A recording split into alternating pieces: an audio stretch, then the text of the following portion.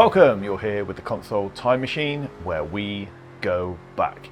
And today we are talking about TOCA Race Driver and why this game was absolutely unique and really raised the bar for driving games back in the early 2000s. This for me is just a nostalgic journey back into what made this game absolutely fantastic. There's very limited footage here because I've barely scratched the surface in what I'm doing, but I will be playing through this. I'll be doing a full career mode, I'll be streaming it, I'll be doing playthrough videos, and it'll be a combination of playthrough videos and streaming it live to an audience where we're going to really relive this game and remember what made it fantastic. So get down in the comments, tell me what you remember about it, and also make sure you sub for all the notifications. Make sure you get your notification bell ringing so that you can be notified of when we're going to be playing this through. But it was an absolutely fantastic game.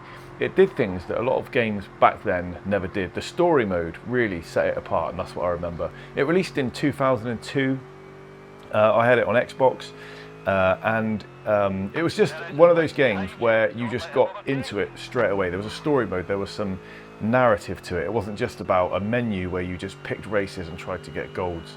You had to play through a career. There were rival drivers, there were team dynamics, there was voice acting introduced, there were characters in the little cutscenes. It was absolutely crazy. But it wasn't just about touring cars. There were GT cars, there were open wheels, there were trucks, I remember that, there were open wheelers. It was just absolutely fantastic. It did lean towards realism, damage mattered, some of the cars felt heavier, the AI were aggressive, they defended, they made mistakes, they actually felt like competitors. And this was an absolutely amazing game that really pushed racing games forward and made everything about sim racing and racing what it is today, because by raising the bar, other places had to keep up and they had to keep bridging that gap between racing and reality and gaming. So the series was followed up by Race Driver 2 and Race Driver 3, all expanding the scale, all expanding the realism, and eventually this became the grid series for Codemasters, which is still reasonably recent, so it's still holding up.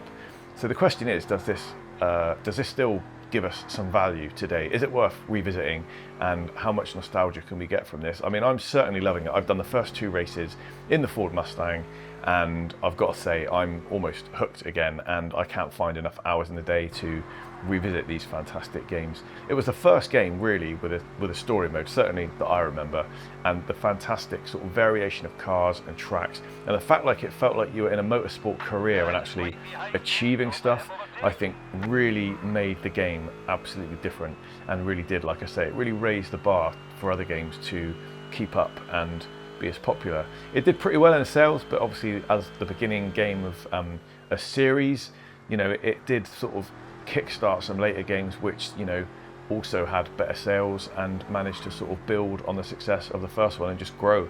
So it was absolutely amazing and I loved it. So I'm going to be going through this with some sort of offline playthrough videos which I'll publish bit by bit, and we're going to be doing this on live stream together. So get involved with the live streams, make sure you join us, get in the chat, and we can sort of relive this nostalgic journey together. So thank you for watching.